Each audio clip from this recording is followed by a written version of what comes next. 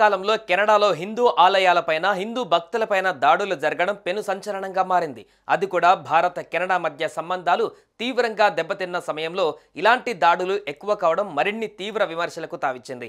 ఈ నేపథ్యంలోనే కెనడా ప్రభుత్వం కీలక నిర్ణయం తీసుకుంది. ఇలాంటి దాడులను అడ్డుకునేందుకు కొత్త చట్టాన్ని తీసుకువచ్చింది. కెనడాలోని పలు ఆలయాల వద్ద హిందూ భక్తులపై జరిగిన దాడులు తీవ్ర దుమారం రేపుతున్న నేపథ్యంలో కెనడాలోని 2 నగరాలు కీలక నిర్ణయాలు తీసుకున్నాయి.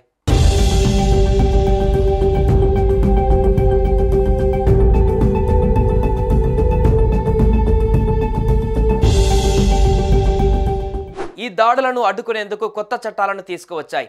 దేవాలయాలు, ప్రార్థనా మందిరాల వద్ద ఆందోళనలపైన నిషేధం విధించింది. తద్వారా ఆ ప్రాంతాలలో ఎలాంటి ఉద్రిక్తతలు చోటు చేసుకోవని భావిస్తోంది కెనడా ప్రభుత్వం. దేవాలయాలు, ప్రార్థనా స్థలాలకు 100 మీటర్ల పరిధిలో ఎలాంటి ఆందోళనలు చేపట్టకూడదని కెనడాలోని బ్రాంప్టన్ నగరపాలక కౌన్సిల్ కీలక నిర్ణయం తీసుకుంది. బ్రాంప్టన్ నగర మేయర్ ప్యాట్రిక్ బ్రౌన్ నేతృత్వంలోని సిటీ కౌన్సిల్ ఏకగ్రీవంగా తీర్మానం చేసింది.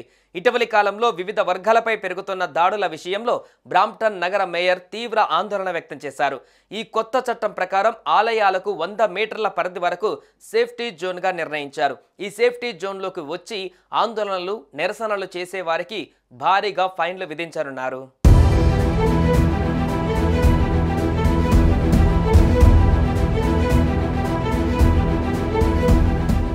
బ్రాంప్టన్తో పాటు మిస్ససాగు నగరం కూడా ఇదే రకమైన చట్టాన్ని తీసుకువచ్చింది. మిస్ససాగు సిటీ కౌన్సిలర్ దీపికా ధామెర్లా ప్రతిపాదించిన ఈ ప్రతిపాదనకు 10 మంది సభ్యులు ఆమోదం తెలిపారు. దీని ప్రకారం ప్రార్థనా మందిరాల వద్ద నిరసనలు, ఆందోళనలు చేపట్టడంపైన నిషేధం కొనసాగుతోంది. ఈ విషయాన్ని దీపికా ధామెర్లా ట్విట్టర్లో వెల్లడించారు. గతంలో దీపికా ధామెర్లా ఆ ప్రావిన్స్ క్యాబినెట్ మంత్రిగా కూడా పనిచేయడం విశేషం. శాంతియుతంగా చేసే ఆందోళనలైనా కొన్నిసార్లు ఘర్షణలకు కారణమవుతాయని ఈ తీర్మానంలో వెల్లడించింది. హిందూ భక్తులపైన సిక్కు వేర్పాటువాదులు దాడి చేసిన నేపథ్యంలో ఈ నిర్ణయం తీసుకున్నారు. ఇలాంటి దాడులు మళ్లీ పునరావృతం కాకుండా కొత్త చట్టాల్ని అమల్లోకి తీసుకువచ్చారు.